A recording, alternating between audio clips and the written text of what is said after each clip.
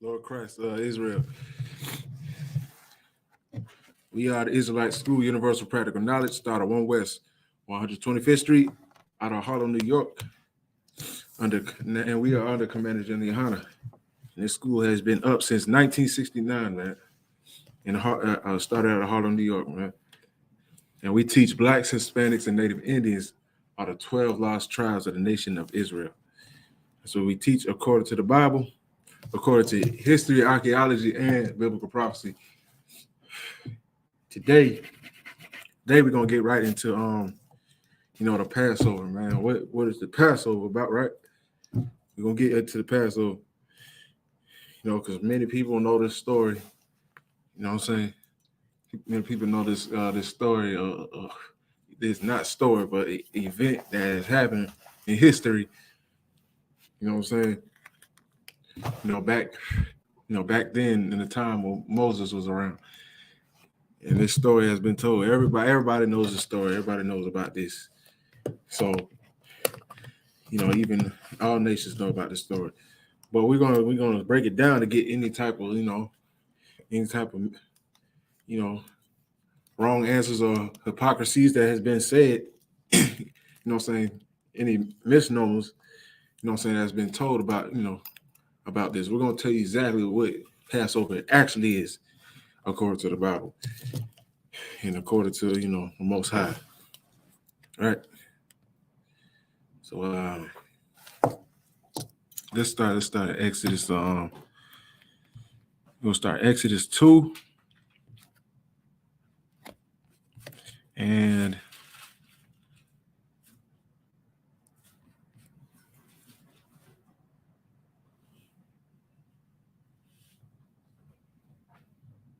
let's start with 2 and 23.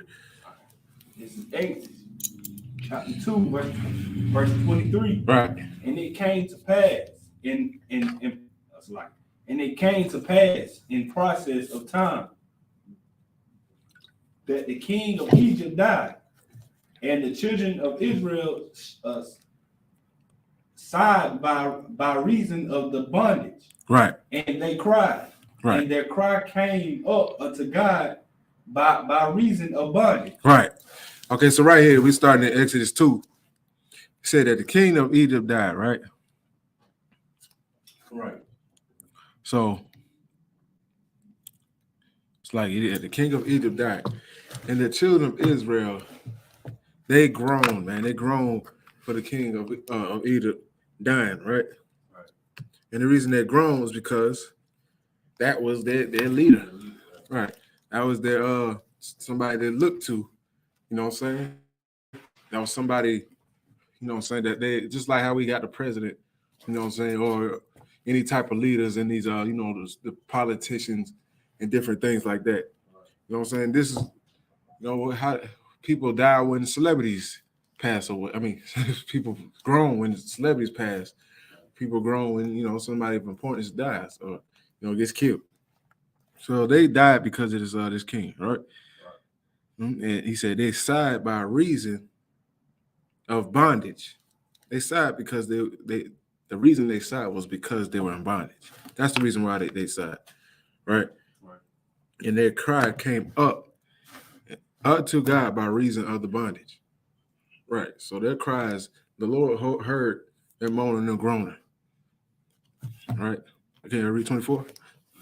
Verse 24. Right. And I heard their groaning. Right. And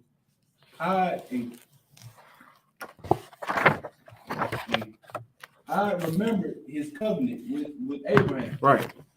He heard he heard their moaning and groaning. So after he heard that, Lord, man, he heard us down here complaining and groaning because some king of Egypt died.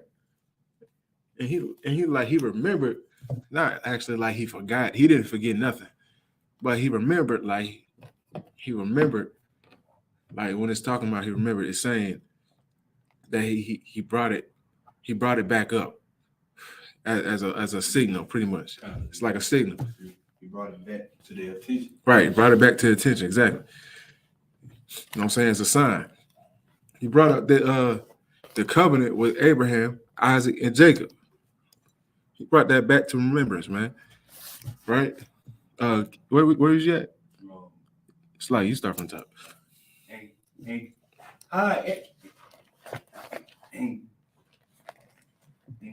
I heard their groan.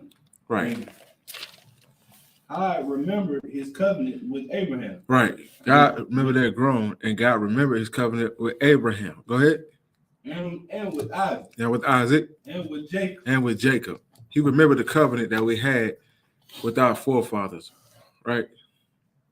With our forefathers, Abraham, Isaac, and Jacob, which the covenant was passed through those three men that it started off with, our forefathers.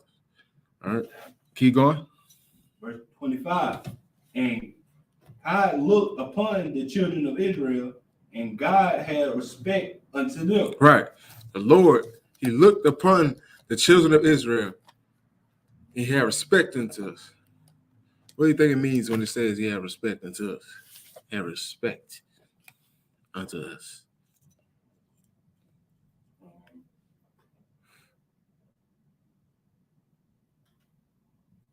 I mean, what's the definition of respect? Or what is respect? Like, you know it. You just gotta put it in the word. You already know. Yeah. Respect is just humbleness. Right.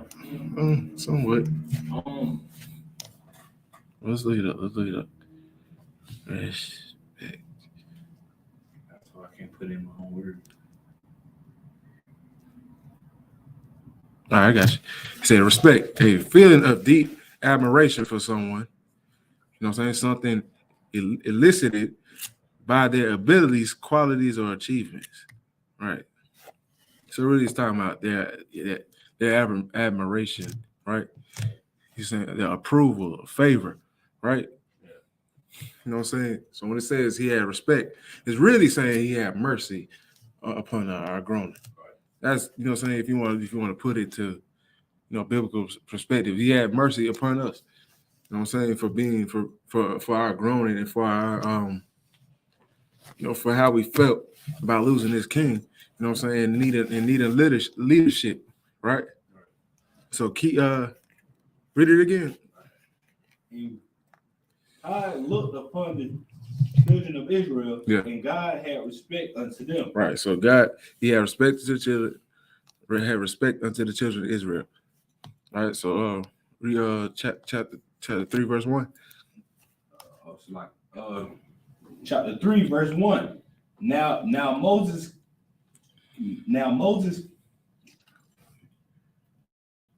kept the flock of Jethro, his father-in-law, the priest of Midian, and he led the flock to the backside of the desert and came to the mountain of God, and even to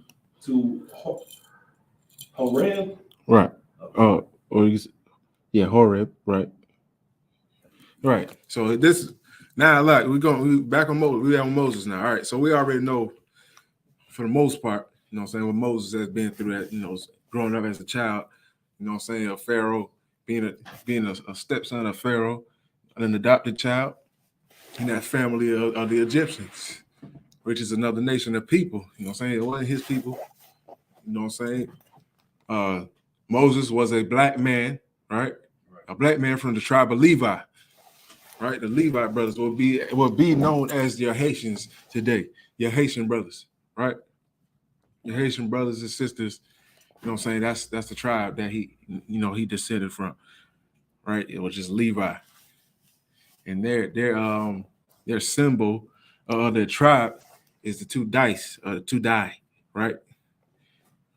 And that's something that he used. Okay, so now Moses kept the flock of Jethro, his father. All right. So Moses is he left. He already had left Egypt after he murdered that man for whipping his brother, right? So he was already on the run. So he's gone, and he's with his woman, his wife, his Egyptian wife, right? What's her name? Gomorrah or something like that, right? If I'm wrong, or somebody correct. or Zamar, something like that. And his stepfather, Jethro, his father-in-law, it's like his father-in-law, you know what I'm saying, the priest of Midian, that land, led the flock to the backside of the desert and came to the mountain of God, even to Horeb. All right, so Slacker, read verse 2. Verse 2. And the angel of the Lord appeared unto him in a flame of fire. Right, so the angel of the Lord appeared to Moses in a flame of fire, right? Keep going. Out of the midst of the bush. Right, out of the bush. Right, out of the midst of a bush. Right, go ahead. And he looked, and behold, the bush burned with fire. Right, and he looked, and the bush, behold, with fire. This bush was lit on fire. Some way, somehow, this bush was lit on fire, man. It could have been a lightning strike. It could have been a little spark of fire. It could have been campfire. Somebody probably just lit it on fire just because they wanted to.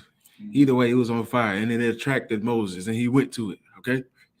He went to it because the bush was on fire. Point blank, period. All right, go ahead.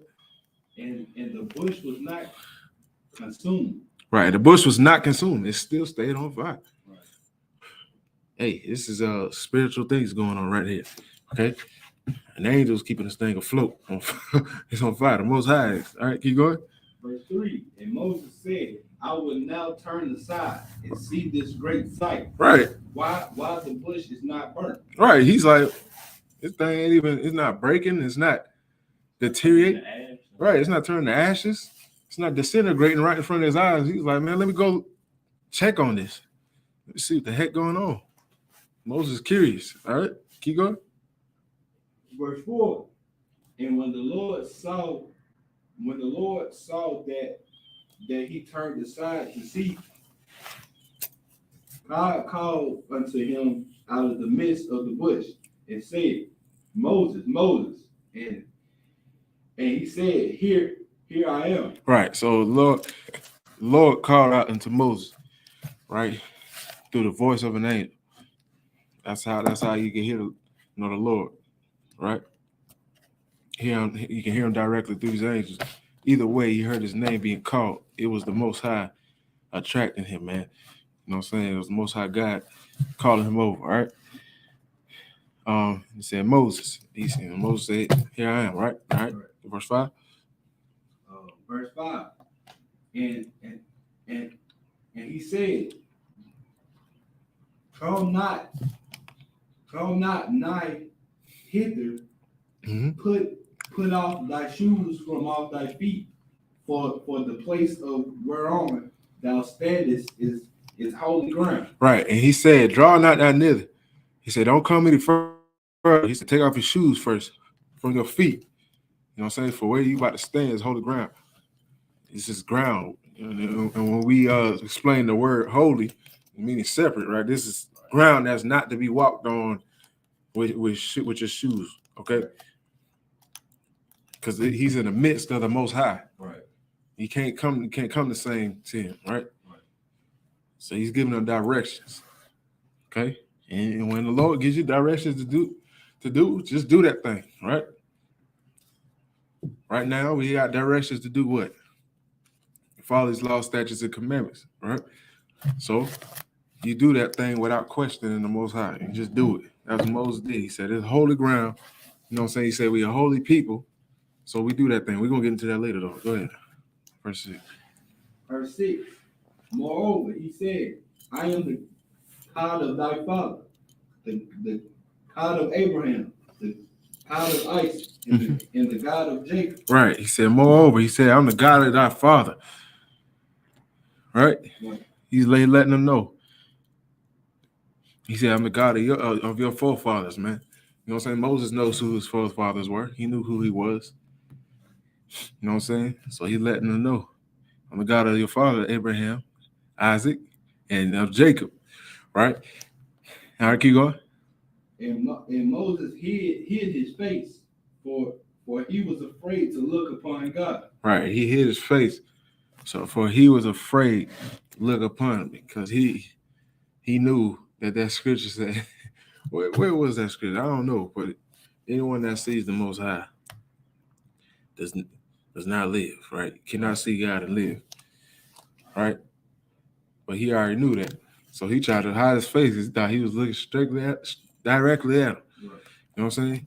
Possibly. You know what I'm saying? Either way, he was afraid because he was in front of the Most High. He was in front of his presence, right? Right. Keep going. Verse 7. And the Lord said, I have surely seen the affliction of my people which are in Egypt, and have heard their cry by reason of their taskmasters. Right. For I know their sorrows. Verse 8. And I am come down to deliver them out of the hand of the Egyptians. Right. And to bring them out of the land unto a good land, and the large unto a land of flowing with milk and honey, unto the place of the Canaanites and the Hittites and the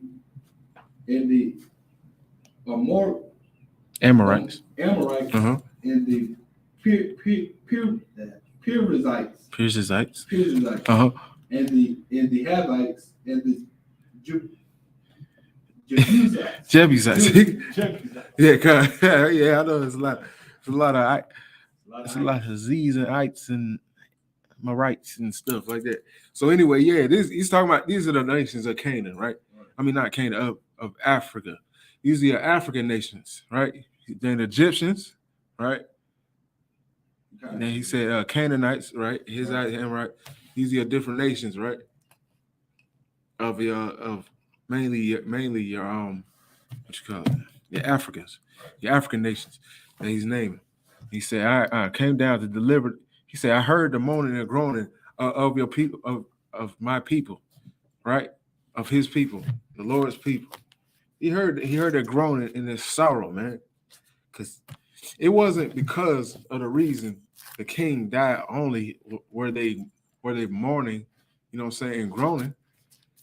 They were groaning because they were already oppressed, for one. Already oppressed. That's why Moses already went on a run. He murdered somebody that was hurting his brother. You know what I'm saying? He took him out because he saw the oppression. He saw what you call it. He saw a modern day, not modern, but he saw a whipping pretty much. He saw a plantation whipping. You know what I'm saying? For work. You know what I'm saying? And he had compassion on that. He knew that wasn't right, and he knew that was his people. But he was in that vicinity. He was in the Egyptian ranks, man. You know what I'm saying? Because he was the stepson of Pharaoh, or the adopted son of Pharaoh. It's like not stepson, but the adopted son of Pharaoh, right? And his brother Ramesses, right? So Moses, he grew up in there. He was in the top ranks, man. He just like how you got today, you know what I'm saying? You got your vice president, or you got, the high seats, you know what I'm saying, the government, where you probably see your people. You know what I'm saying? That's where Moses was. You know what I'm saying? He was amongst the rich, but he still had compassion, right? So I'm gonna get in that some more. So right, he said he heard his cry for the reason of their taskmasters, for he knows their sorrow, he knows their suffering, what's going on with them, right? Keep going to 8. Going to 9. Oh, so like, go, yeah, you got it. Verse 9. Now, therefore, behold, the cry of the children of Israel is come unto me, and I have also seen the oppression wherewith the Egyptians oppressed them. Right. He said, now I behold the cry of the children of Israel, I seen unto me. I have also seen the oppression where the Egyptians oppressed them. Right? The Lord has seen all of these things going on with his people, just like he sees us here right now. Right? If anything, right now he sees blacks, Hispanics, and Native Indians going through the same thing that we've gone through in Egypt. He's seen our cry, he's seen our mourning, and he's seen our groaning, he's seen our suffering here on this earth, man. Here in America, in modern day Egypt, in Babylon, Sodom and Gomorrah. if you will. All right. He's seeing these same sentiments that we are going through here. You know what I'm saying? Maybe not getting whipped with a whip, Right. but we're still getting killed in the streets, just much. We're still getting we still getting lynched. Are you kidding me? Right. You don't see it on the news, but we're getting lynched, right? Sometimes they do cover those. And what happened with Mississippi now? They want to bring back Jim Crow laws. Now Tennessee wants to bring back modern lynching. They want to bring back that stuff, man. These oppressors, man. You know what I'm saying? The devil, which the Bible speaks of, right? You know what I'm saying? They want us dead. Most of their nation wants us dead. These Confederate flaggers, right? These don't tread on me people, right? Right. And who else? Your good old boys with the American flag hanging out the back of their pockets, right? I've seen that today. You know what I'm saying? You know these men, you know these people, man. But you don't ever trust your enemy, man. Never trust that enemy, right? Right. They might not come up to you talking about. They might not say it to your face. Some people good at hiding. They really ain't no need to say it right now because they're in their kingdom. They're in their heaven right now. Right. But don't be surprised when they start bringing it back out because they're starting to suffer now. The only reason they were oppressing us like that and talking to us like that back then was because they didn't have what they wanted. They didn't have their kingdom together yet. They had to beat us down, call us names, and do all of the above to get us down. Right? That's what they did. They took it upon themselves and they went haywire. They went ham, man. They did whatever it took to take us to put us down in the dirt, man. Right? Right. That's what they did. So where we at? Verse 10. Yeah, you go ahead. Slide. Verse 10. Come now, therefore, and I will send thee unto Pharaoh that thou mayest bring forth my people, the children of Israel, out of Egypt. Right. He said, come now, therefore, and send thee unto Pharaoh. Right? Right. He said, listen. He said, I'm sending your behind back to Egypt, right? You're going back. Right? Right. So I know you're living a good life over here with your wife. You thought you was just gonna stay over here and have a good life, and you can. But I got a mission for you to do, okay? Because you was over here with these people, you had compassion enough to kill somebody that was hurting your people. But guess what? I saw that. I know how much you care. So I'm gonna need you to do this. I'm gonna need you to go back and get your people. You, yes, you. Moses probably looking around like, what? Like, what? What the hell? What are you talking about? I'm one man. I'm one man. What I'm gonna do? I'm gonna go all the way back. What you think? I'm gonna just walk up to what army do I have? I'm gonna walk up to Pharaoh after they know what the hell I done did. I done just killed the man on a run. I got a warrant out for me. I'm just gonna go over there. Come on, Moses. Come on, Moses. You already know what your forefathers went through. You're thinking like an Egyptian right now. Right? You're thinking like an Egyptian. Clear your mind real quick. Listen to what the Most High saying. So read that again, Salakia. I come now, therefore, and I will send thee unto Pharaoh that thou mayest bring forth my people, the children of Israel, out of Egypt. Right. This is what the Lord wants to accomplish through Moses. He wants him bring forth his people, the children of Israel, out of Egypt. Go ahead. Verse 11. And Moses said unto God, Who am I? And I should go unto Pharaoh. Right. And that I should bring forth the children of Israel out of Egypt. Right. This we just explained this just now. We're talking about like you just said. It's a Judah talk. Right. You just exactly. That was all. He almost talking like a Judite almost, even though he's Levite. He's saying, man, who am I to go? Man, that's just a black man for you right there. Anyway, come on, like who am I that? Like what? Who am I supposed to go? Is you crazy? Who am I supposed to go in front of Pharaoh so I can get all these people out of here? He probably thinking carnally too. You know what I'm saying? We just said this just now. We be breaking the scriptures down when we talk about it, and it be the next verse. let's keep reading. All right. That I should. Yeah, go ahead. 12. Okay. And he said, certainly, I will be with thee, and I will it's like, and this shall be a token unto thee that I have sent thee when thou hast brought forth the people out of Egypt. Right. He's telling, look, I'm gonna be with you. All right. I'm gonna be with you. Do what I say. I'm gonna be with you. He said, and this will be a token unto you that I am with you. That itself is gonna be a token unto you that I'm gonna be with you. Right? You don't have to worry about all this and all that. Like, who are you to go? No, I'm gonna be with you. Period. You ain't got nothing to worry about after that. Right? Right. And then it's like, go ahead. They're like, I don't even know why he shouldn't even have no doubt, no more doubts after that. Because then on top of that, really, you talking to the Most High. Right, exactly. So that right there should give you so much courage. Because most people can't talk to the Most High. You're right. Well, hell, nobody can, to be honest. Right. Can't nobody talk to the Most High. You're right. So you got leverage.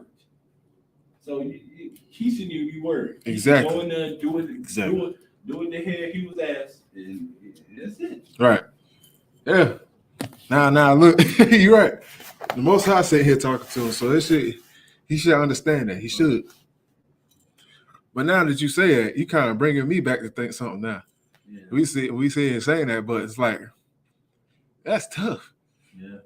Just think about being in those shoes, man. You know what I'm saying? But you talking to them, so you know, like most people don't think the Most High is real. Right. So, but Moses is literally standing before the Most High. Well, right. Not standing before him because he talking to the angel, but he talking to the Most High though. Yeah. You're right. Like he talking to the Most High, so you can see that he is real. Like most people, they might be praying to the Lord, but you can't hear him. Moses get to hear him talk. Right. So we know he's real. The thing is, Moses don't want to do it. Yeah. That's just the whole thing. He just don't want to do it. Because that was probably that was his first time talking to the Most High. Right. Exactly. His first time the Most High appeared to him like this, right? He heard, the stories of his forefather, but he didn't know he was going to be. He didn't know he was about to sit here and take on the burden of doing something like this. Yeah. You know what I'm saying? So when it came to him, he like, man, what in the world? He was comfortable, man. After he left, there was years going by. He was over there got kids.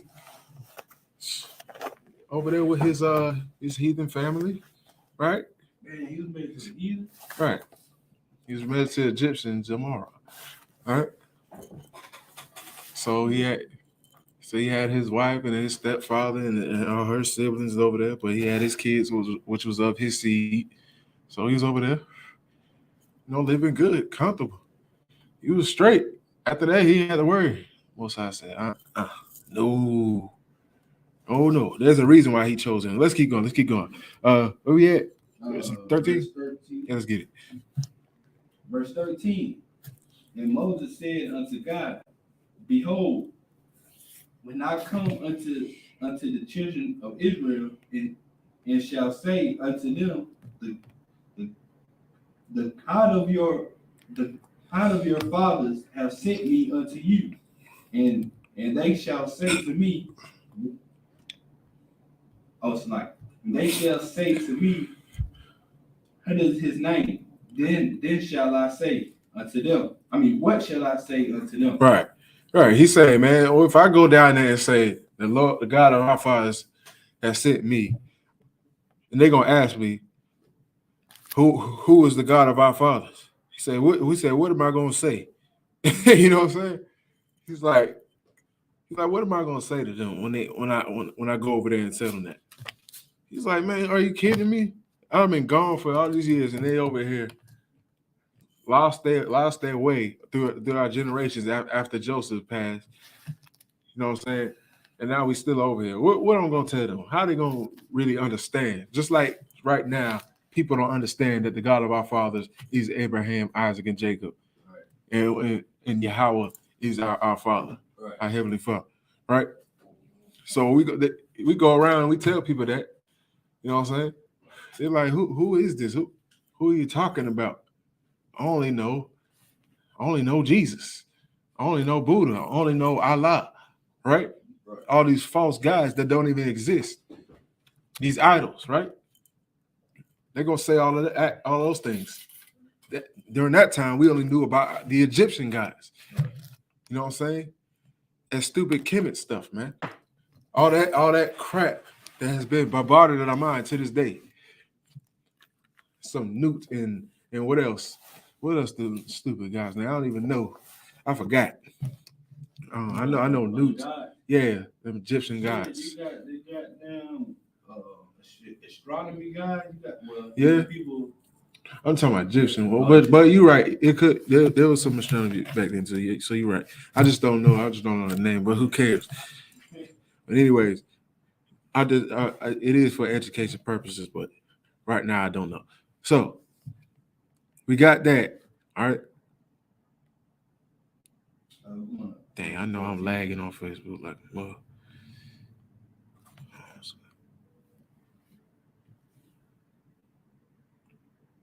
All right, we should be doing.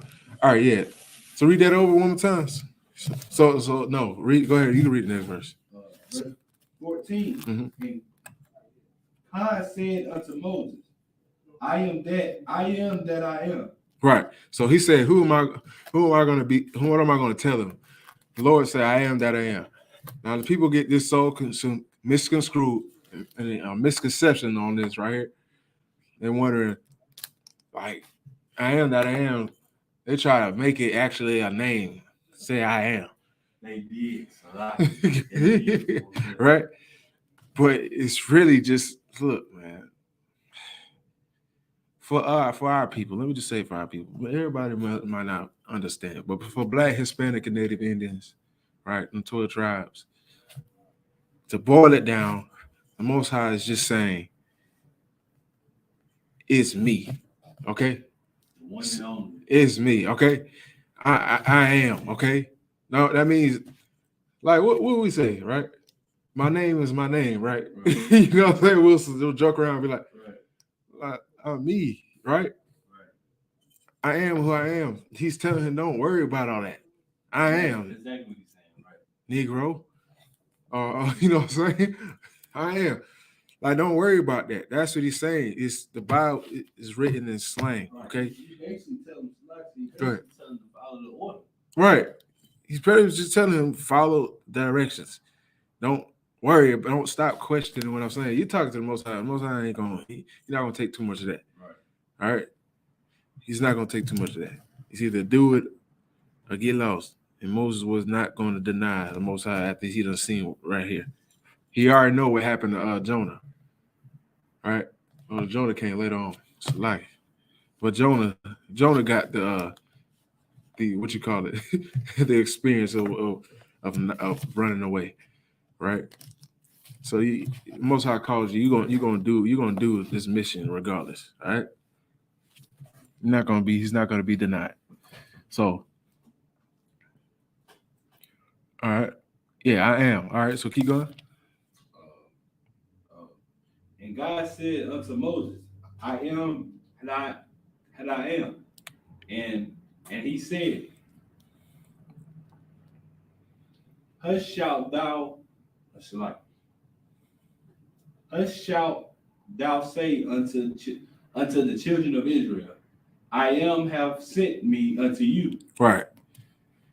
Verse 15. So he's saying that he already told you I am the God of Abraham, Isaac, and Jacob. So he already explained that to him. So he's just saying, I am has been sent unto you, right? You already know. So tell him who the hell I already told you has been sent to you. He said it in the previous verse who he was. Okay? Right. All right, so all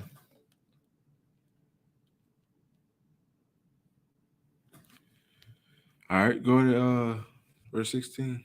Let's see it to 16. Verse 16. Hold on, let me see.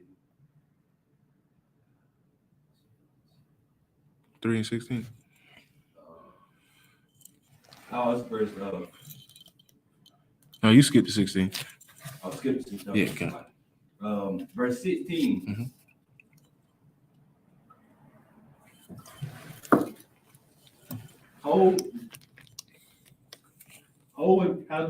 go and gather the elders of the elders of Israel together, and say unto them, the Lord God of your fathers, and the God of Abraham, and Isaac, and Jacob, appeared unto me, saying, I have surely visited you, and seen that which is done to you in Egypt. Right. He said, go and gather the elders of Israel. You're supposed to gather. All right, man. This is funny because I can't fast forward because was it Deuteronomy? Right. Or what was that?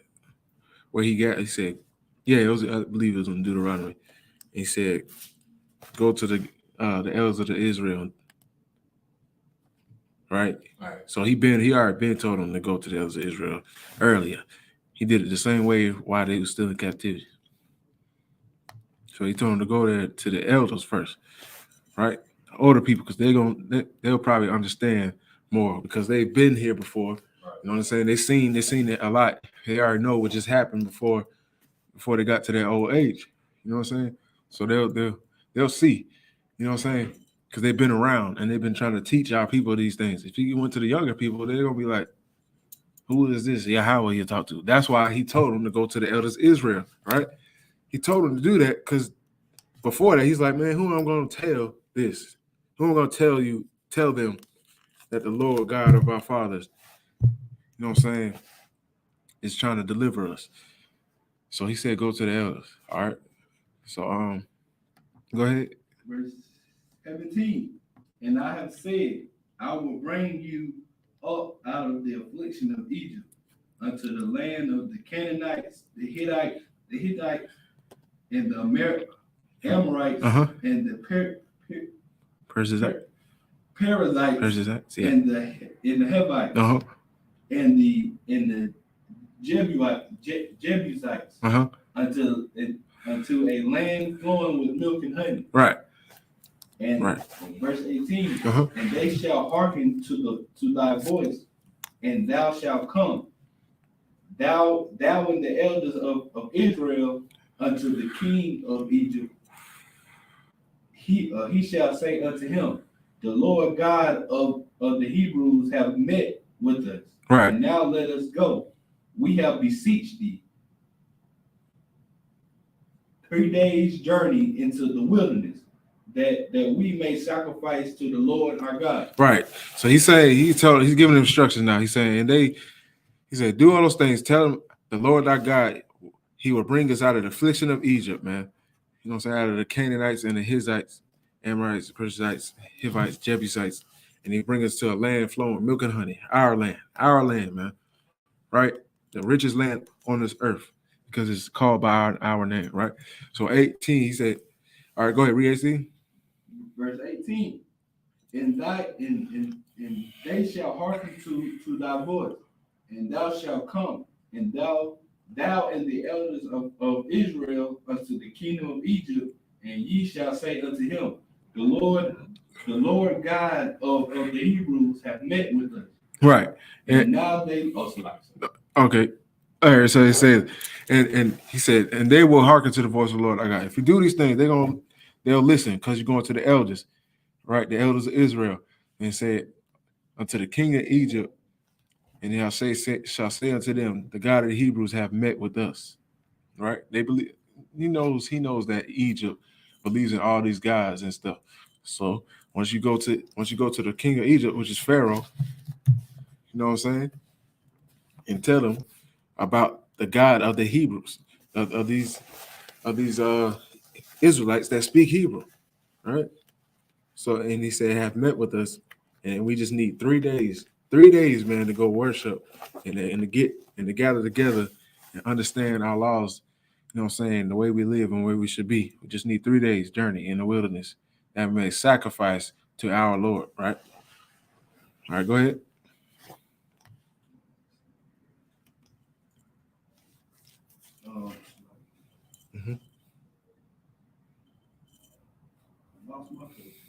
We have verse 19. And you want to read verse 19? God. Verse 19. And I am sure that the king of Egypt will not let you go. No, no, not by a mighty hand. Right. He said you can say all those things. I'm sure that the king of Egypt will not let you go, not by a mighty hand. He knows that he's gonna deny it because of how hard he had served. Scripture say he made us serve with rigor, right? With rigor, right? And with brick and mortar, right? Okay, that means building these words. It's different. It's different in this than it's about. It's that old Quaker English. So it says it's gonna make us serve, right? Right. With that type of bondage. He said, I'm sure he's not gonna let you go, not by the mighty hand. Right. So go to verse 20. Because he's not gonna let you go. Verse 20. Go ahead. Verse 20. And I will stretch out my hand and smite Egypt with all my wonders, which I will do in the midst of thereof. Right. He said, I'm sure the kingdom of Egypt not gonna let you go. But with a mighty hand, I'm gonna stretch forth out my hand and smite Egypt, man. He already knows that it's gonna happen. So he already got something in the chamber. He got something in the magazine. He already got some clips on him for the land of Egypt, man. I don't know if it's called a rod, but yeah, what you know? What's the stick called? The staff. Uh-huh. Ain't you use that staff? Yeah. Yeah, that's coming. No, that's coming. You're right. No, yeah, exactly. That's exactly what he gonna use because he's saying he ain't gonna let us go. So the Lord got something for his behind, bro. He got something for his ass. All right. Let's get to 21. All right, we're gonna hurry up. Verse 21. And I will give his people favor in the sight of the Egyptians, and it shall come to pass that when ye go, ye shall not go empty. Verse 22. And every woman shall borrow of her neighbor, and of her that sojourneth in her house, right? Jewels of silver and jewels of gold, raiment, and ye shall put them upon your son. Right. Okay. All right. Go to Exodus 4 and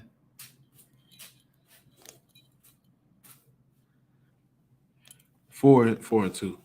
All right. So we're gonna get it right where you was talking about. Go ahead. Exodus chapter 4, verse 2.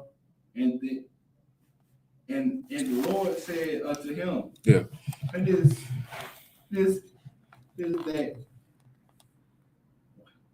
like, and is that in thy hand? And he said a rod. Right. That's why I know. That's what I heard about. Rod. Yeah. Right. So he's talking about the rod. He's talking about the staff that Moses had. He already was carrying that around. That's what Moses had.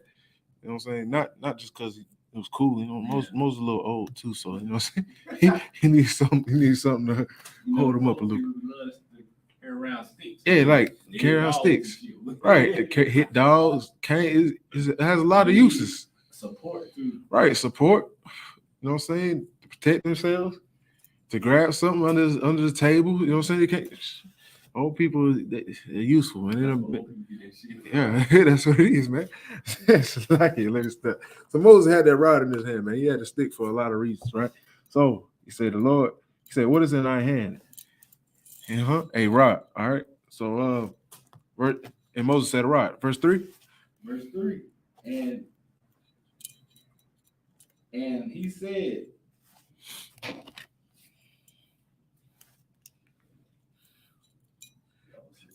Are you too up? Go ahead. And he said, cast it on the ground. Right. And he cast it on the ground. And it became a serpent. And Moses fled from So he had the stick in the ground, and the Lord said, cast it on the ground. And it became a serpent. So let me just ask you real quick. All right, it's of course the Lord has power, right? He has power. You know what I'm saying? He can do anything, right? But why do you think that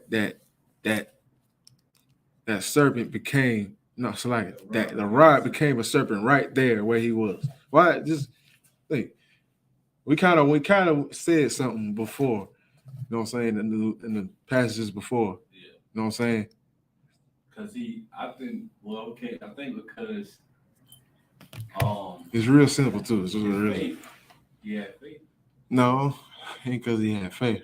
He been questioning the Most High the whole time up to this point. You know, To show him his power. I mean, yeah, the Most High wanted to show his power, right? And he did though. But what he came to the Most High to that bush, right? Right. He came to that bush, and it was said that where he was in the presence of the Most High. Right. So why you think? We kind of read it before. I might have to give it to you because, all right, this is why. Because he said on the last chapter that he told him to take off his shoes, right? Right. That this was holy ground. That's exactly why. So that's why that happened. He was on holy exactly ground. Right. That's a small thing right there, but it's actually a big thing. But that's why he told him to take off his shoes, right? Because he was in the midst of the Most High. Right then and there, that's how you know that all those things that can happen. Right. He told him to cast it on the ground, and look, it became a serpent. The Most High's actions happening right in His presence. Go ahead. I'm not sure what a serpent is, but I remember reading it. Yeah. When it goes back to when they talk about the serpent, when they was talking about with Adam and Eve. You remember the serpent in the Garden of Eden?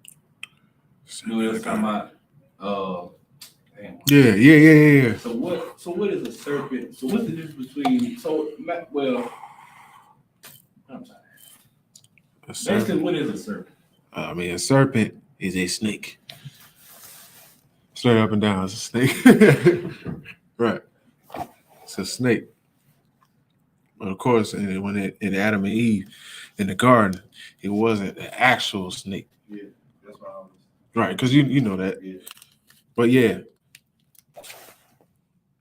And especially in the context, the way it explained it, it wasn't an actual snake. Yeah, okay. Right. But this was an actual serpent, right? Right. It actually turned into an actual snake. Oh. And Moses fled from before it. So so did he do that to scare him? No, he didn't do it to scare. Moses did that to scare. The Most High did that to show Moses his power, to show Moses the power that he had, because he already told him I'm gonna be with you. I'm gonna show you all. You know what I'm saying? I'm gonna smite Egypt. I'm gonna show you these wonders. And it's like, and Moses like, man, what you know what I'm saying? In verse 1, I should have read that slacking, but he asked him, he said, what if they won't believe me? You know what I'm saying? You know what I'm saying? And they won't hearken to me. Yeah, he still was asking questions. He's like, man, look, let me show you this. I got weapons, all right? I got this. Just do this, all right? This right here is gonna show the Most High's power, by this showing it. You know what I'm saying? It wasn't for no reason. The reason the Most High did that, right? To have that staff turned into a serpent in front of those people, right? And it wasn't nothing. It was just the Most High's power. It wasn't no voodoo or nothing. It wasn't no magic or whatever they have to cover up. It just simply turned into a serpent. Yeah. Of course, nobody else can do that but the Most High. Right. That's why he's trying to show him his power. So, verse 4, go ahead. Verse 4, and the Lord said unto Moses, put forth thine hand. Right. And take it by the tail. Uh-huh. And he put forth his hand and caught it. Right. And it became a rod into his hand. Exactly. So he turned it back into the staff. Right. And that's also showing that Moses has a command over this, this rod, you know what I'm saying, over the staff that he had, you know what I'm saying, with the Most High, with the power of the Most High.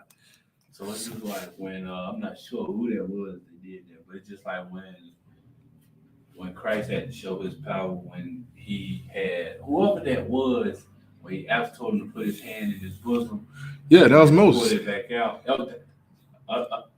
How was Moses? Yeah, it was Moses. Yeah. I think that's coming actually. It's coming in a little bit. That's another thing. You know what I'm saying? But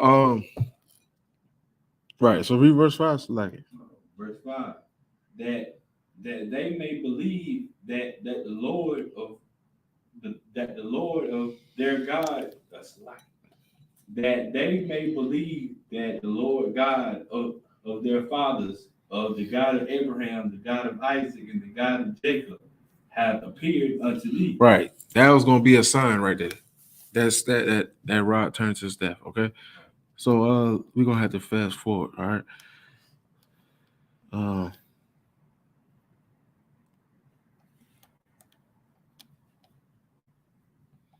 All right. Read verse 10. So like it. We gonna keep skipping. Verse 10. And Moses said unto the Lord, Oh my Lord, I am not a elephant. No, it's like right. Eloquent. He's I am he's what? I am not a eloquent, neither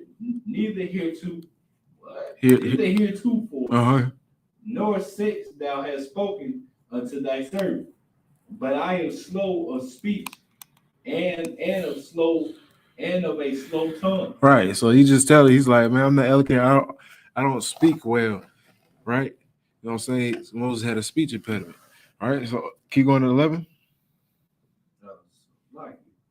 And verse 11. And the Lord said unto him, Who have made man's mouth? Right. He said, Who made man's mouth? Right.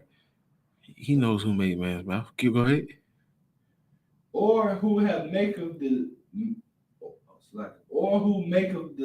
dumb or deaf, or the seeking or the blind. Right. Or have not I the Lord? Right. He said, Who's made the mouth, man? Who maketh the dumb or the deaf or the seeing or the blind? Have I not the Lord? He's like, who's made them? Who's made people? He's saying who's made them dumb or deaf. You know what I'm saying? The things that you don't want, right? Or the seeing or the blind. Have I not the Lord? He said he made people have these things, these elements that people have. It's only done because the Lord allows it, right? Even if it's bad. But therefore the Lord is still going to use Moses, even though he has that issue, right? So there's no excuse. Right. So verse 12, he says, Now therefore I will be with thy mouth and teach you what to say. Right. So go ahead. I'm doing it for me, but I want to read 11 again. Go ahead. Just to be clear. Okay, so and the Lord said unto him, Who have made man's mouth? Yeah. So is he answering Moses when he was saying when he was saying I am slow to speak, right? To speech and slow tongue. Okay. Exactly. That's exactly what he's answering back. He's like, who made the man's mouth? You know what I'm saying? Right. All that stuff, right? So he said, I will be with thy mouth, and I will teach you what thou to say. And he said, 13, and he said, O Lord, send, I pray thee, the hand of whom thou was sent. He said, I pray you send somebody. All right, read verse 14. And Moses answered back after that, right? After verse 13, saying, no, after verse 12. And he said, Oh Lord, send, I pray thee, by the hand of whom that was sent. He's like, man, I just hope you send somebody. Send somebody for me. God doggone it. And read verse 14, right? Verse 14. Right. And the anger of the Lord was kindled against Moses. Right. And the Lord got angry, man. He said, man, this nigga keep asking me questions. Keep on giving me excuses and all this. He's like, that's it. I done showed you the power of the staff with the snake. I done told you what to say. And I said I was going to be with you. It's the last straw. Go ahead. Is this from from what I'm getting, is this why Moses ain't making it to the kingdom? You know what? Not this specifically, but this right here probably caught up with him in the end. Yeah. Right. That's a good observation right there. You know what I'm saying? I can tell this is hard. Yeah. I mean, he got the big head later on with this same reason, but it was the other way around. It's actually through the arrogance.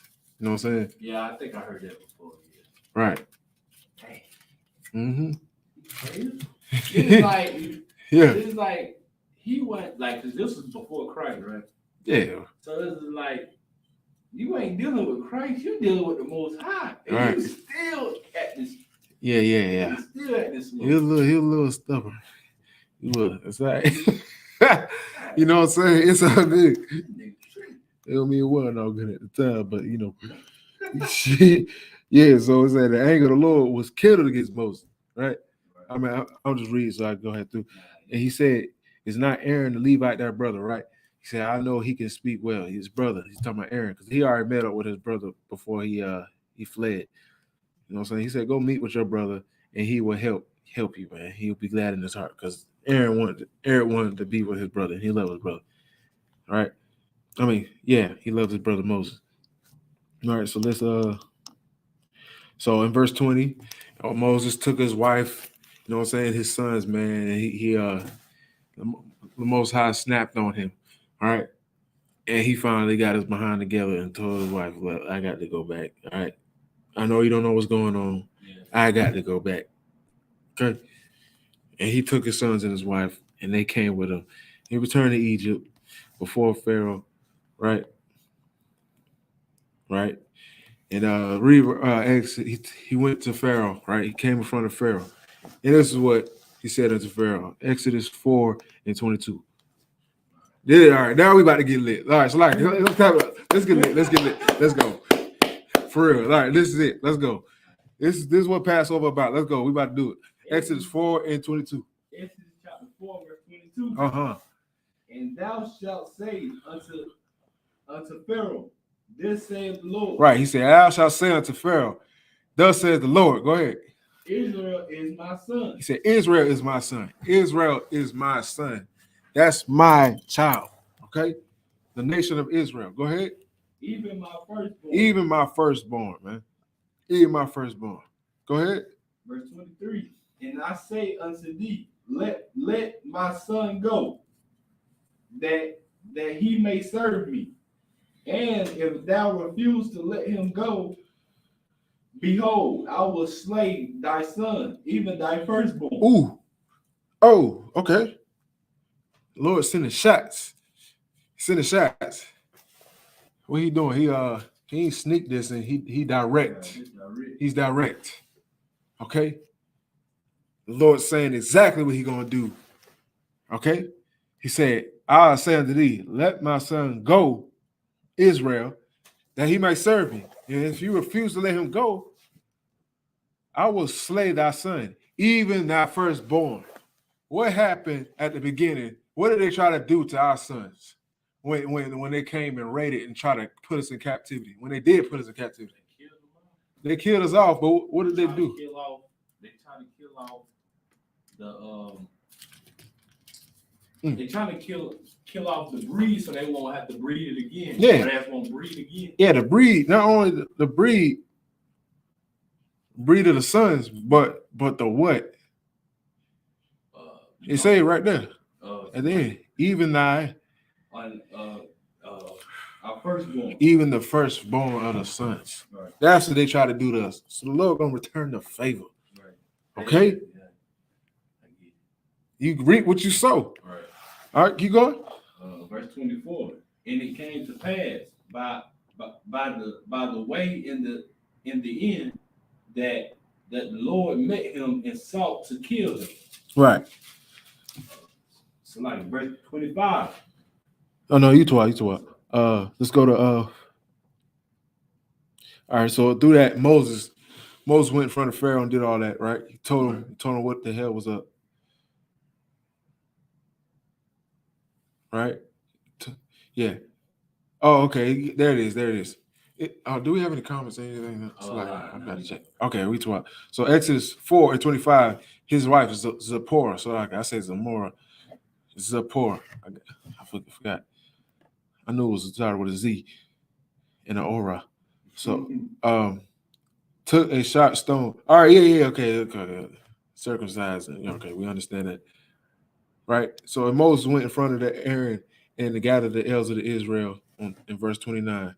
You know what I'm saying? He did what the Lord said, and he was with Aaron, you know what I'm saying? And the people did, you know what I'm saying, what he said. And the people believed what they heard, right?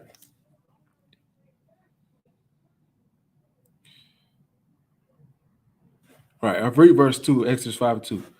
All right, so Moses went in front of Pharaoh and told him these things, okay? So read verse 5 and 2.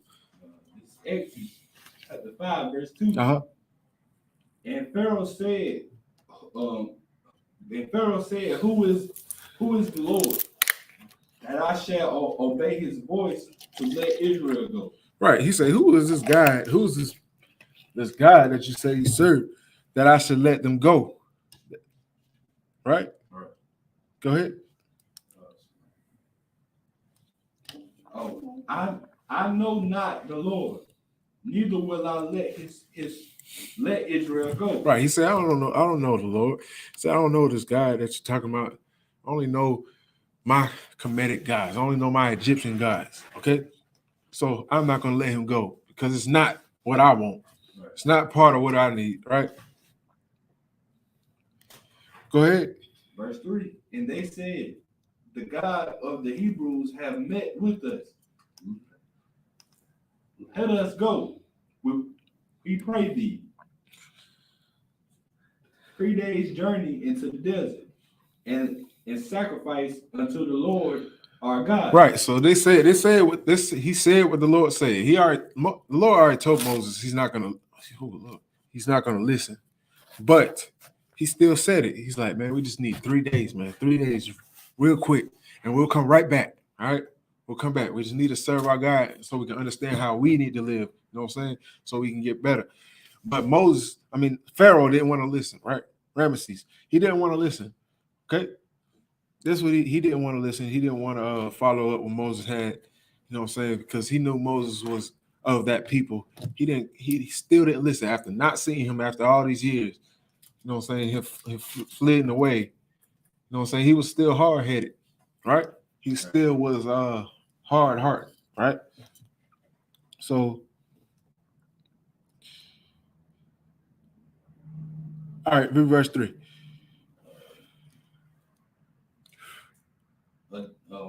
Okay, keep going. Salaki, yeah, my bad. Lest he fall upon us with pestilence or with the sword. Right. He said, let us go into to Egypt. Let us serve the Lord for 3 days, lest he fall upon this nation, not nation, but this Egyptian power with pestilence or with the sword. And then I'm gonna read verse 4. I'm gonna keep going. Sorry, skip. And the king of Egypt said unto them, where do you for Moses and Aaron? Let the people from their works get unto your burdens. Right? In verse 5. And Pharaoh said, behold, unto the land now of many make them rest for their burdens. Right. So he's pretty much explaining, he's just saying, why do you want to let them go from their burdens? He wants to keep building this kingdom up. He wants to keep building, you know what I'm saying, his Egyptian country. Or I ain't gonna say country, that went back then, but you know what I'm saying? You understand, you get my gist. Their economy, their power, their land. They already was powerful, man. They already had this thing built up from generations, man. And it's still built up. Doesn't America do this to the children of Israel today? Blacks, Hispanics, and Native Indians. This kingdom is built high. I'm talking about America is the strongest country with jobs, with money, and buildings, and all type of resources. They got what they need, and they still making us do a 9 to 5. They're still making us give minimum wage. There's still about people homeless and not having a job because they don't give a damn about us, right? They don't give a damn about our people. Just like right here, okay? With bricks and mortar, all right? Let's keep going. Oh no, I got you. It's like we gotta skip.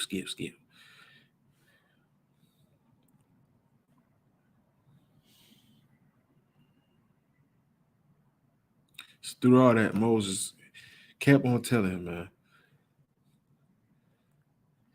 Kept on telling.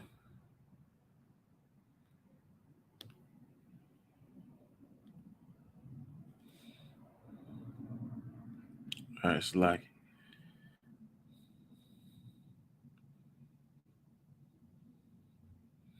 I got you. Let's get all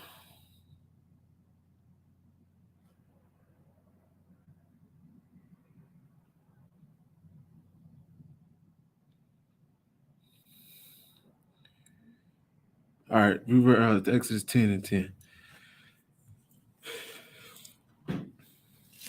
We gotta move. Exodus chapter 10, verse 10. Yeah. And he said unto them, let the Lord be so with you, as I will let you go, and your little ones. Look to it, for evil is before you. Verse 11. And not so. It's like, where you at? Exodus chapter 10, verse 10. And the Lord said, verse 11. Oh, you on verse 2? Oh, it's a lot. Exodus 10. Slacking. My bad. That's my fault. That's on me. Exodus 10, chapter 10, verse 1. Slacking. 10 and 1. My bad. That's on me. Chapter 10, verse 1. Uh-huh. And now the Lord said unto Moses, Go in unto Pharaoh, for I have hardened his heart and his heart of his servants. Right. And heart of his servants. And I might shew these my signs before him. Right. He's saying, go unto Pharaoh that I may shew these signs before him. Lord said that he was going to send plagues, right? He's going to, in verse Exodus 9, he said he was going to send plagues, man. Send plagues upon the earth, man. What are some of the 10 plagues that he's going to send? That he's going to send to Egypt, man. Chicken-pox, some monkeypox, something. He's going to send some pox, some locusts, right? What else? Blood in the water. Frogs. Yeah. Right? All these various things that he's going to send, man. What the Lord here today in America sent what, man? What did he send here about a few years ago that's still affecting us now? There's more news on it right now, too. COVID. Man, that COVID-19, that's COVID-19 virus. Sent that COVID-19 virus here in America. These are just the beginning of the plagues, man, that the Lord sent. This is how it happened in Egypt, man. It took time to send those things. You think it just happened in one night? No, it's happening exactly how it's happening now. What you got? He said they got their Ebola years ago. Yeah, he sent Ebola when I was in high school. When we both was in high school, right? Right. 2015, 2014. Right. Yeah, sent that Ebola. Them big boils came out of Africa, right? From the monkeys. You might as well call that monkeypox, right? And monkeypox came through it not too long ago either, right? So he said that, man. He said Ebola. He done sent monkeypox. He done sent COVID-19. Say how General Muhammad said, Lord, he sent a plague to suffocate you. Lord's power was on your lungs, right? On your neck and on your lungs, man. Right? The Lord sent that, man. Just like here, right? Upon this nation that didn't give a damn about the Lord's people. All we was asking for 3 days, and now all we asking for is reparations and to not get killed in the streets, right? But even they don't even want to do that. That's why Esau, this oppressor, man, which is the devil that the Bible speaks of, right? Does not give a damn about us and has no mercy on us in this land. But they're gonna get what they were paid. They're gonna get what they're owed, man. They're gonna reap what they sow. You're gonna. He that killeth with the sword must be killed with the sword, right? He that leadeth to captivity must go into captivity. That's what the scriptures say. This is what they're going to get in return. They're going to get that back, right? This is their thing. They're not even letting up off of us right now. They keep going. They keep going. They don't give a damn. They don't give a shit. Salakia. Excuse my language. They keep going. They're gonna keep going until they die.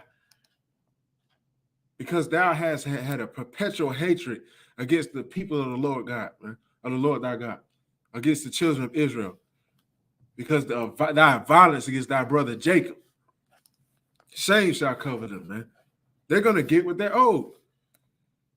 They're gonna get it, man. They think they're gonna get away, man. They think, come on, man. Come on. Go ahead. Oh, you talking about? Somebody posted on Facebook that China then linked up with Russia. Oh, yeah. China has linked up with Russia, right? These are the things that's gonna lead until this place getting destroyed, man. It's leading up. They have to link up with each other. These nations have to link up with each other, man. This is amazing. This is great. Every time I see something like this on the news, I'm elated. I'm like, yes, one step closer to them blowing this place to shreds, man. To smithereens, and this place getting wiped off the map, man. Come on, what's going on? It's like Moses be like, why y'all want this place to get destroyed and y'all live in it? Like, we right. Talk about the Most High. We ain't worried about this shit. Man, even if, man, that's what I always say. I don't care because of what happened to my people. Right.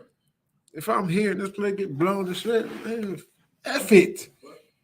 This place got to go. I want y'all to get done. Right. This place got to go. This place is wickedness. It's not good. You know what I'm saying? I hope I want to live through it. You know what I'm saying? So I could talk trash about what just happened to y'all. Right. You know what I'm saying? But this place got to go, man, regardless. But yes, we looking to get on them chairs. We're looking to get saved by the Most High, right? By the Most High Christ. You know what I'm saying? From this wicked place. Right? We looking forward to do that.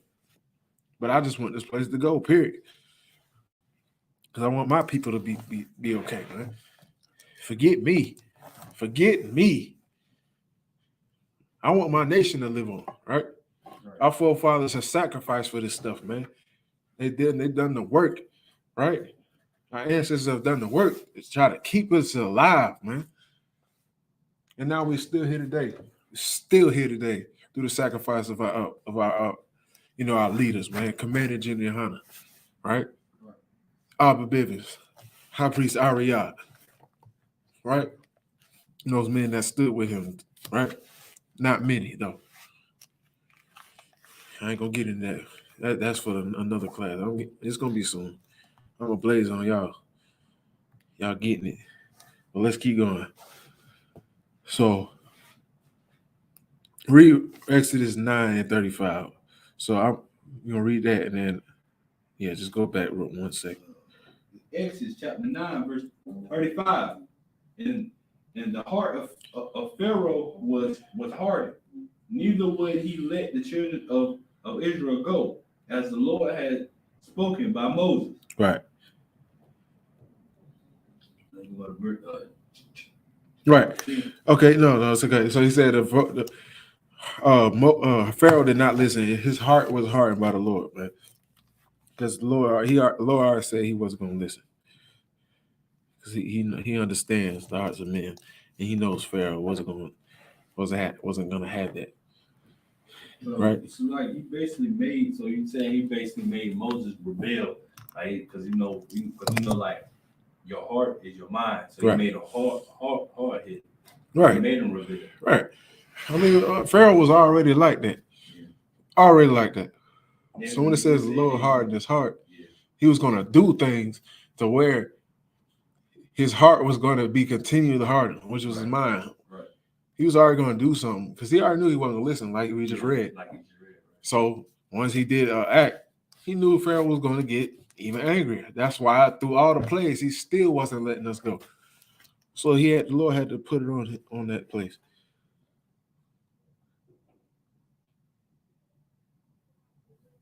All right, so let's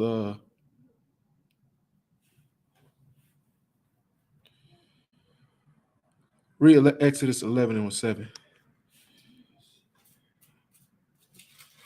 Exodus chapter 11, verse 7.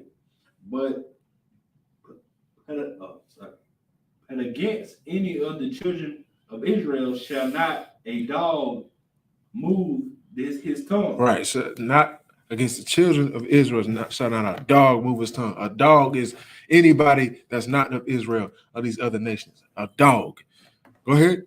Against man or beast. I'm against man or beast. Go ahead. That ye may know how the Lord that he may know that the Lord do put a difference between the Egyptians and Egypt. Right, that the Lord put a difference between the Egyptians and Egypt. I mean, Egyptians and Israel.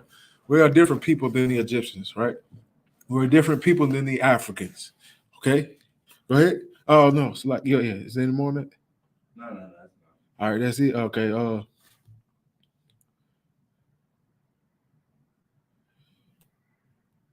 Right.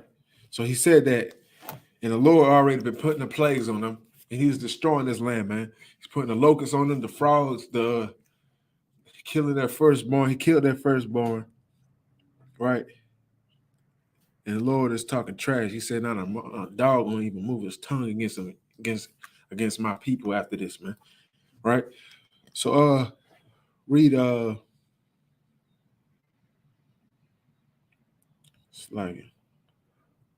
read Exodus 12:2. This Exodus chapter 12, verse 2. This month shall be unto you the beginning of month. It shall be the first month of the year to you. Saying this month shall be the first month, right? Right. Go ahead.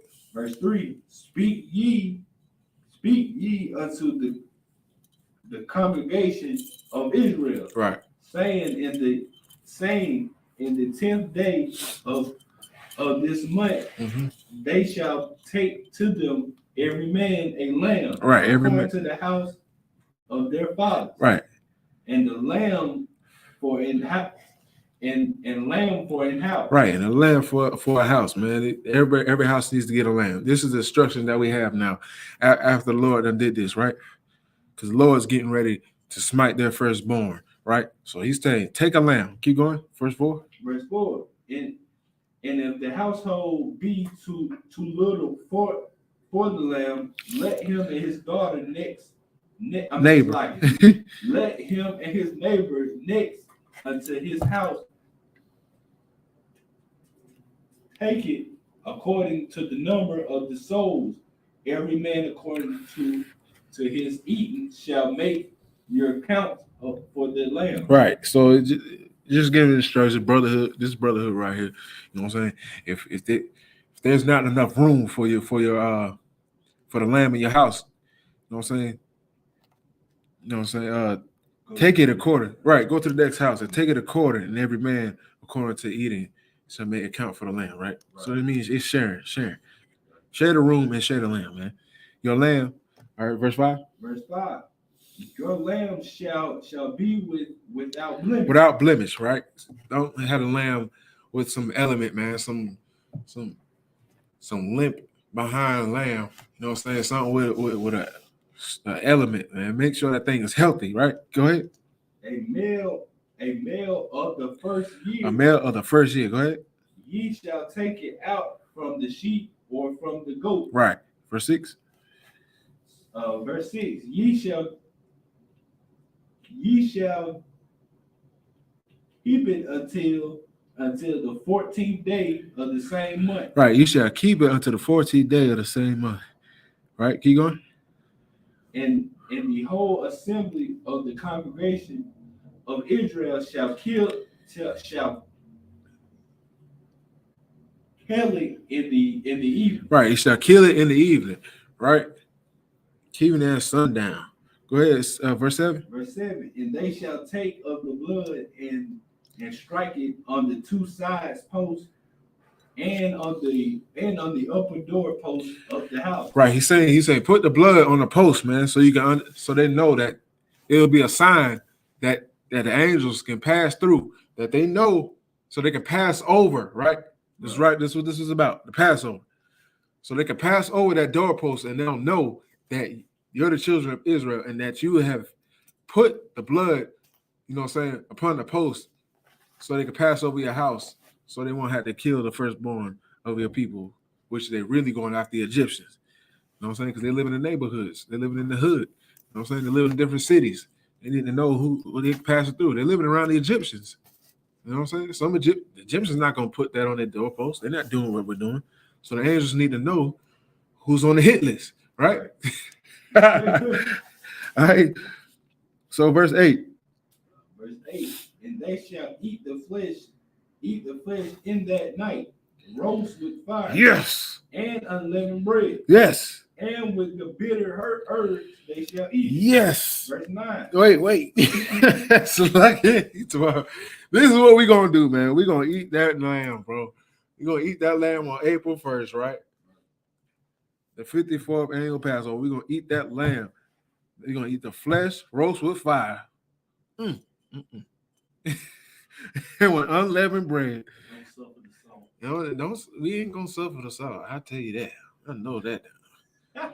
We gonna have some extras with it too. Make sure we have our ingredients right. And with bitter herbs, we gonna eat that lamb. Verse 9. Verse 9. Eat not of it raw. Don't eat it raw. Cook it all the way through, or cook it to the point and it's at least tender and cooked all the way. Just not raw, okay? We're not Esau. Esau, what did Esau do? He asked for what? For a raw piece of meat. He gave all his whole heritage away for a raw piece of meat. And now here we are right here in verse 9, Exodus 12 and 9. So fast forward. All right, go ahead. Nor sodden at all with water, but roast with fire. Roast with fire. Don't boil the meat, man. Roast it with fire. Go ahead. His head with his leg. With his head with his leg. That means, look, roast the whole damn lamb. Go ahead. And with the pertinence thereof. Right. Verse 10. And ye shall let nothing of it remain until the morning. Right. We were on the run, all right? After this happened, look, most I knew what was gonna happen. After he done smoked the Egyptians' firstborn, man. They know that everybody's gonna be angry. We need to go ahead and eat and get the hell out of it. Don't leave nothing left. We don't need no evidence left. You know what I'm saying? So do that and get the hell out.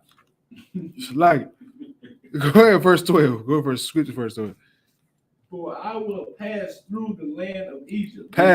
He will pass through the land of Egypt. Pass over through the land of Egypt, right? Right. Well, he will pass. Look, let's read it for the way it says. It says he will pass through the land of Egypt. Go ahead. And will smite all the firstborn in the land of Egypt, both man and beast, and against all the gods of Egypt I will execute judgment. I am the Lord. Right. So he's gonna go to them. He's gonna execute judgment against the gods of Egypt, man. And for he is the Lord. He's gonna pass over us, though. Pass over us because we did his instructions. Verse 13. Verse 13. And the blood shall be to you for a token upon the upon the houses where ye are. Right. And when I see the blood, I will pass over you. There it is. And the plague Wait, it's like I will what? I will pass over you. I will what? I will pass over I you. will pass over you. He's going to pass over. This is where the name Passover comes from, right here. Right here. He will pass over us in the plague with the plagues that he's going to do against the Egyptians, our enemies. He's going to pass over us, man, because we had that blood post, man. This is why we celebrate Passover to this day. This is why we're going to celebrate Passover on April 1st in Raleigh, North Carolina, doing what our forefathers did.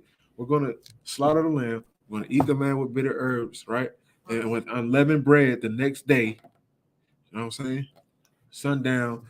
You know what I'm saying? This is a celebration for what our ancestors have done and what Moses have led us through and what the Lord has done for our ancestors, right?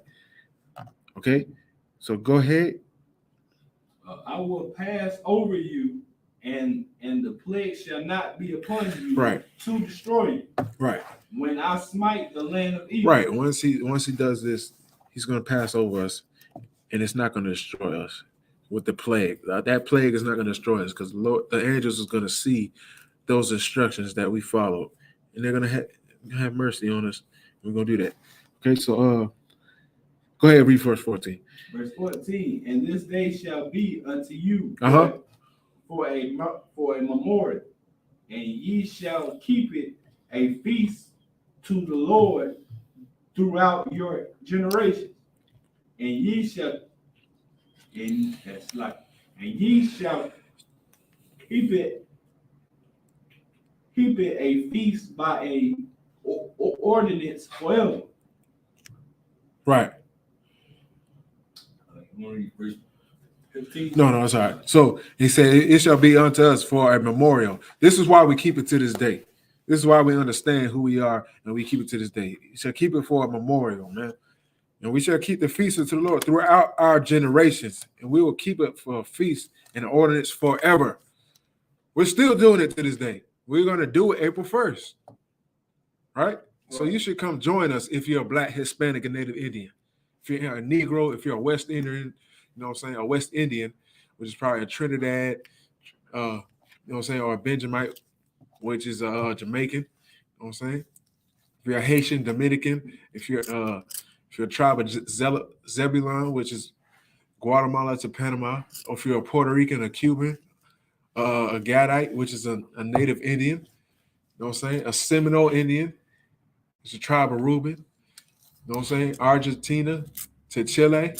If your ancestors was slavery, you know what I'm saying, if they was in slavery, you know what I'm saying, Asher, if you're a Colombian to Uruguay, and if you're a Mexican, man, you know what I'm saying, last but not least, if you're a Mexican, the tribe of Issachar, man. If you're those two tribes, you need to be in Raleigh, North Carolina on April 1st, right? If you're just finding out about it, still come, man. We're going to invite you with open arms, and you're going to understand exactly who we are and why we got you here. You know what I'm saying? Just come. We're going to party. That's what we're doing. Don't like Blacks, Hispanics, and Native Indians like to party. Right. Don't we like to drink? Don't we like to eat? Don't we like to listen to music, man, and be merry? Right. This is for you. This is for us. This is our thing, man. This is what we do. And we celebrate that forever. All right. We're gonna do the second part of that stuff later. We're gonna end off the class with this, all right? With these scriptures right here. Let me go. This is for the children of Israel, okay? We're gonna end off with this stuff. Can you give me 2 Chronicles 7 and 14? You can find it. You can find it if your phone. If unless you can find it, you go ahead. I'm just trying to get through it fast. So I'm gonna be overboard. I see first. Is it after first? Yeah, 1 Chronicles, 2 Chronicles 7 and 14. So it should be right after the first one here. No, it's Corinthians. Chronicles. That's early. It should be Old Testament here.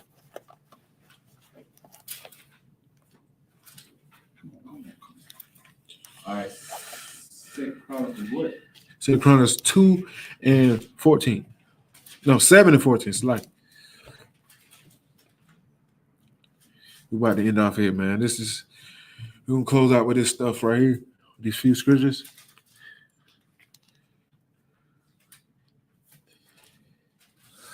Oh,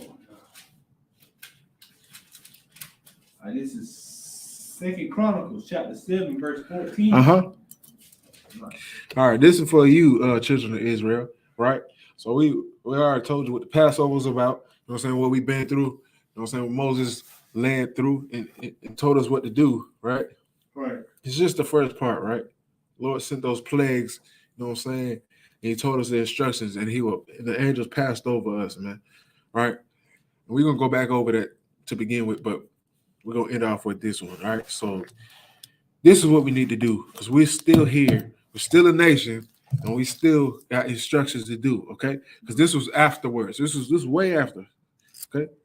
This is 2 Chronicles. Our ancestors were still talking about these things that we needed to do. You know what I'm saying?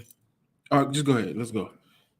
If my people, which are called by my name. If my people, which are called by my name, which is the children of Israel, right? The same people that he was talking about in Exodus, the same people that Moses went to in Egypt to tell them exactly the instructions that we needed to do. Okay. We are those same people. If my people, this is the Lord talking, man. He's saying, if my people, which are called by my name, Yahweh, the Lord, the Most High, my people, which are called by my name, go ahead. Shall humble themselves and pray.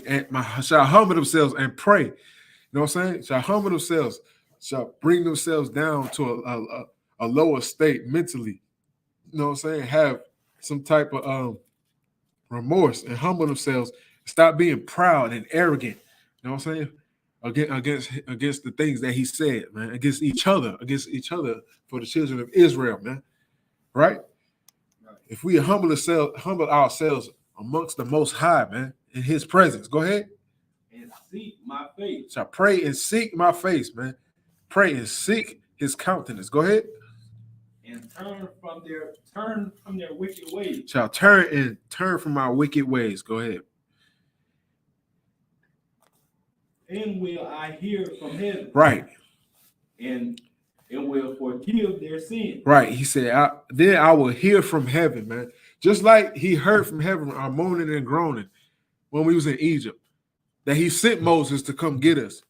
He did that plenty of times, man. Plenty of times. He heard our moaning and groaning. He's seen what we were going through. He's seen our oppression, the depression, right? And the things that we're going through, right? And he said he will hear from heaven. Now go ahead. And I will heal their land. And he will heal our land, man. He will heal our land, the land that we was given, man, the land that we were owed. You know what I'm saying? That we were appointed to, our land of Israel, man. We were already called the children of Israel. Right. Think about that. So we was already supposed to go there from the get-go. We was already supposed to go there. That's why he kept leading us back to Jerusalem. But we kept falling, right? And it seems like we so far, man, we probably, here in America, we probably so far away from our land mentally and physically than we ever been. We think we're not getting back there. We're like, man, even if we believe with the children of Israel, some people try to go over there and try to set up over there now, and we can't even live like how we want to in our own land. Right. Come on, man. He said if we would listen for once, he would heal our land. Right?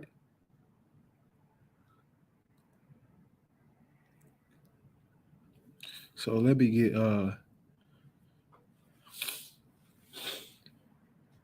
this last one.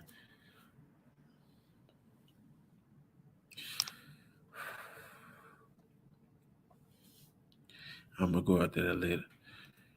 Okay, man. I think that's it. I think that's it. That's it right there. So with that being said, man, if we come back to the Lord, man, he will go and he will heal our land for once and for all, right? We're gonna continue with this. This ain't it, right? There's gonna be a little part 2 to it. So let's do that for the Most High. Let's do that for our nation, for our people, for what our ancestors fought for. Right? This is what we do for Christ. All right. This is what he came and fought for, because he followed everything that we're following now. He followed Moses. He read about Moses. He read about Jeremiah, Ezekiel, Zephaniah. Man, he read about all his ancestors, just like how we do now. And he did what they said, and he followed up with it to try to give us the best message that we can understand, and so that we can come back to the Most High God once and for all. He left that here, right? Right. So with that, man, I'm gonna end off with that. This part one, man. We ain't finished, man. We ain't finished. Nah, is we finished? Hell no, we ain't done yet. All right, this ICBK security announcements. All right. We had an RCBK start on 1 West 125th Street out of Harlem, New York. Rule for new brother or sister. When a new brother or sister comes to the school, they are off limits for 6 months. They're here to be saluted only. They're here to serve themselves of the world. If they need transportation, the teacher will arrange it. After 6 months, if a brother or sister has an interest in a particular person, he or she must get permission from the head to speak to a brother or sister. There is another 6 months in which a brother and a sister will court each other. After the 6 months period, a brother or sister will get permission from the head to marry. All right. Tithes, which is a commandment. Numbers 18 and 21, and Malachi 3, 8 through 10, means 10th in the Hebrew, Ma'ashera, 10% of every penny of any increase the Lord gives you. Give to the treasury department or the teacher. Priest fund, a free will offering for the priest, not mandatory, whatsoever amount you like. All right. The upcoming holy convocations we have. All right, so we got the 54th, Lord's 54th annual Passover coming up in April 1st in Raleigh, North Carolina, right? So we got the Passover coming up in April 1st. We have events leading up to that. We got Wednesday, the lamb slaughter. Thursday, we have the all-black party in the slave plantation tour, right? In Raleigh, North Carolina. See our history. Thursday, Friday. Friday, we had scripture breakdown with General Muhammad. Okay, and Saturday will be the Passover, the official Lord's 54th annual Passover, and then Sunday will be the Feast of Unleavened Bread, right? Starting at sundown. So, and with that, remind Akim and Aqua to check the bulletin board in the hallway. If anyone wants to be a trooper in the school, start wearing all black boots, shirt, pants, headband, and scarf. And with that, shalom.